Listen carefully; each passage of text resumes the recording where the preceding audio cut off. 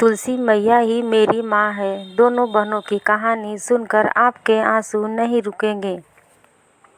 एक गांव में पृथ्वी सिंह नाम के एक जमींदार थे। पृथ्वी सिंह काफ़ी पैसे वाले थे।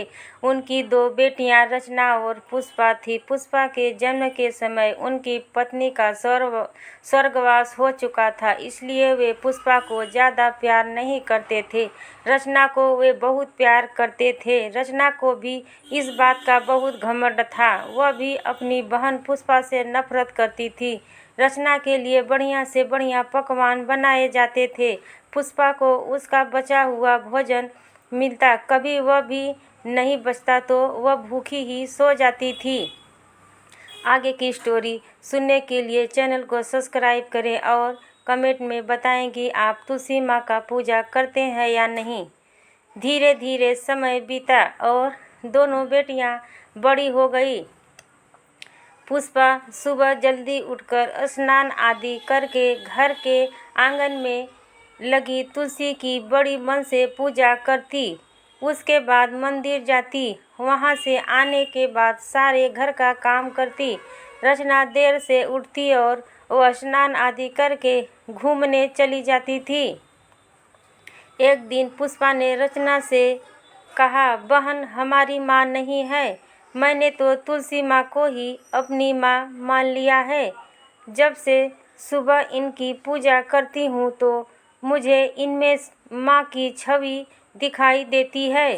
तुम भी सुबह माँ तुलसी की पूजा किया करो और मेरे साथ मंदिर चला करो।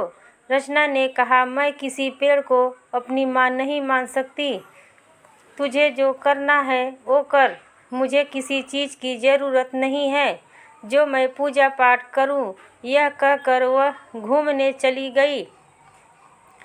कुछ दिन बाद पृथ्वी सिंह ने एक बहुत अमीर खानदान में लड़का देखकर रचना का विवाह तय कर दिया। रचना बहुत खुश थी।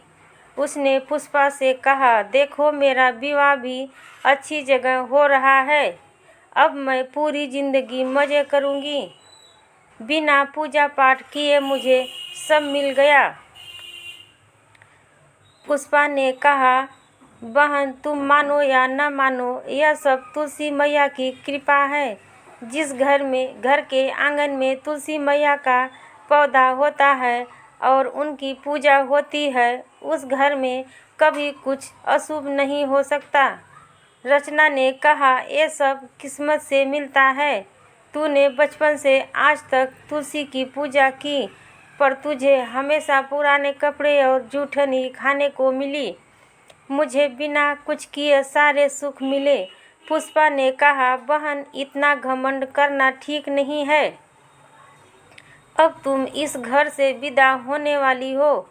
एक बार तुलसी मैया का आशीर्वाद लेकर ही अपनी ससुराल जाना। वहाँ भी तुम्हें कोई कष्ट नहीं होगा।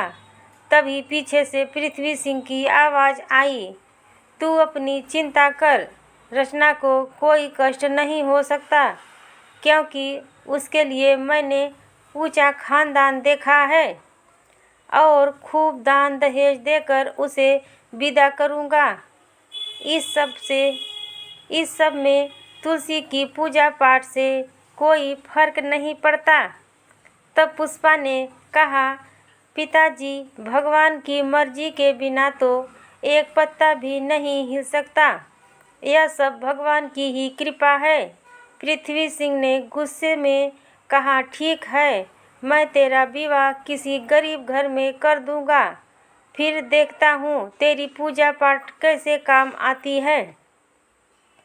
पृथ्वी सिंह ने रचना की शादी के बाद पुष्पा की शादी एक लकड़हारे से कर दी और उसे कुछ भी दान दहेज नहीं दिया।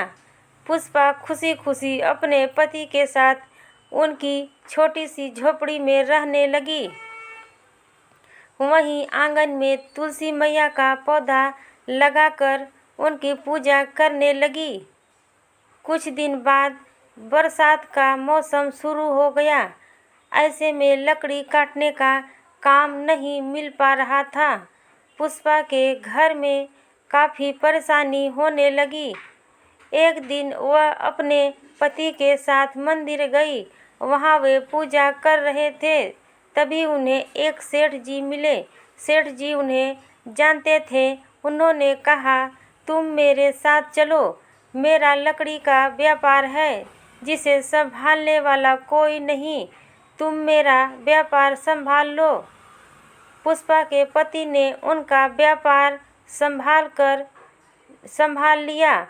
व्यापार में काफ़ी मुनाफा होने लगा, जिससे पुष्पा व उसके पति के दिन बदल गए। उन्होंने काफ़ी बड़ा मकान बना लिया। वे बहुत अमीर हो गए। एक दिन पुष्पा मंदिर से वापस आ रही थी तो उसने देखा एक पेड़ के नीचे रचना बैठी रो रही है। पुष्पा ने उसे चुप कराया और रोने का कारण पूछा तो रचना ने बताया, मेरे पति बहुत बीमार हैं, उनकी बीमारी में सारा पैसा खर्च हो गया है, हम गरीब हो गए, अब उनके इलाज के लिए भी मेरे पास पैसे नहीं हैं। उधर पिताजी का व्यापार भी बंद हो गया। मुझे अपनी करनी पर बहुत पछतावा हो रहा है। मैं जिंदगी भर तुलसी मैया को बुरा भला कहती रही, इसी कारण मेरा यह हाल हुआ है। और तुम्हारे जाने के बाद पिताजी ने आंगन में लगे तुलसी के पौधे की देखभाल नहीं की, जिससे वह सूख गया और उसके साथ ही घर की सुख समृद्धि भी चली गई। तब पुष्पा रचना को अपने घर ले गई, उसे काफ़ी धन दिया। रचना ने उससे अपने पति का इलाज करवाया। कुछ दिन बाद पुष्पा अपने पिता के घर गई।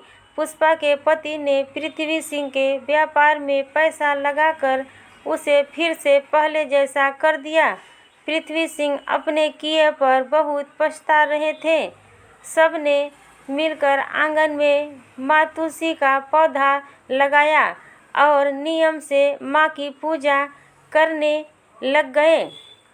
नमस्कार दोस्तों।